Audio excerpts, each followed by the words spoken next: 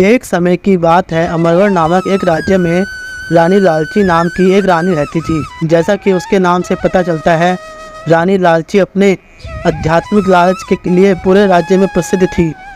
उसे अपने राज्य की विशाल संपत्ति और ऐश्वर्य की कभी संतोष नहीं होता था। उसे हमेशा और अधिक सोना और अधिक गहने और अधिक भूमि चाहिए होती थी। एक दिन एक घुमक्कड़ साधु महल में आया। वह अपनी बुद्धिमत्ता और उन जादुई आशीर्वादों के लिए जाना जाता था जो वह दयालु लोगों को देता था।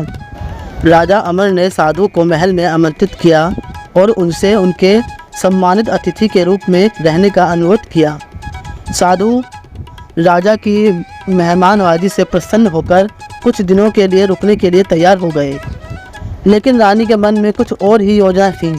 उसने सोचा, अगर मैं इस साधु को प्रसन्न कर सकूं, तो शायद वह मुझे एक वरदान दे और मैं सारी दुनिया की संपत्ति मांग लूँगी। इसीलिए उसने साधु की विशेष रूप से देखभाल करनी शुरू कर दी। वह खुद उसे सबसे उत्तम भोजन परोसती, उसे सबसे अच्छी सुविधाएं प्रदान करती और उसकी हर ज़रूरत का ख्याल रखती। साधु हालांकि प्रसन्न था, रानी के लालच को भाप गया। उसने रानी की परीक्षा लेने का फैसला किया। अपने प्रवास के अंतिम दिन साधु ने रानी से कहा, रानी लालची, मैं आपकी मेहमान नवाजी से प्रसन्न हूँ।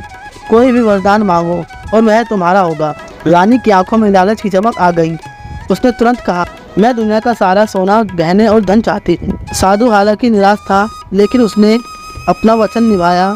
उसने रानी को एक छोटा सा स्वर्ण कलश दिया और कहा, यह एक जादुई कलश है। जब भी तुम्हें सोने की जरूरत हो, बस कहना, सोना बरस और यह सोने से बढ़ जाएगा। लेकिन याद रखना, इसे समझदारी से इस्तेमाल करना और कभी भी अपने लालच को हावी ना होने देना। रानी अपनी उत्तेजना को रोक नहीं सकी।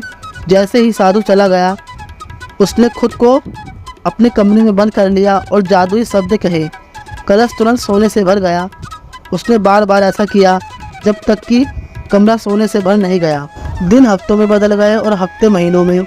रानी का लालच बढ़ता ही गया। उसे और अधिक सोना चाहिए था। इसीलिए उसने अपने सेवकों को बड़े कमरे और बड़े तहखाने बनाने का आदेश दिया ताकि उसका अनंत खजाना रखा जा सके। उसने अपने प्रजा पर भारी कर लगाया, जिससे अमरगढ़ के लोगों को भारी कष्ट हुआ। एक दिन जब वह अपने सोने की गिनती कर रही थी, उसने देखा कि कलश पहले की तरह जल्दी नहीं भर रहा है। अपने हताश में उसने कलश को जोर से हिलाया और चिल्लाई, सोना बरस। लेकिन कलश खाली रहा। भयभीत होकर उसने साधु को बुलाया, जो उसके सामने प्रकट हुआ। साधु ने रानी को देखा और कहा, रानी, मैंने तुम्हें चेतावनी दी थी कि अपने लालच को हावी मत होने देना। तुमने बिना समझदारी और संयम के कलश का उपयोग किया है। कलश का जादू अब समाप्त हो गया है। रानी का चेहरा पीला पड़ गया। उसे एहसास हुआ कि उसके लालच ने न केवल कलश को खाली कर दिया, बल्कि उसके लोगों को भी अत्यधिक कष्ट पहुंचाया है।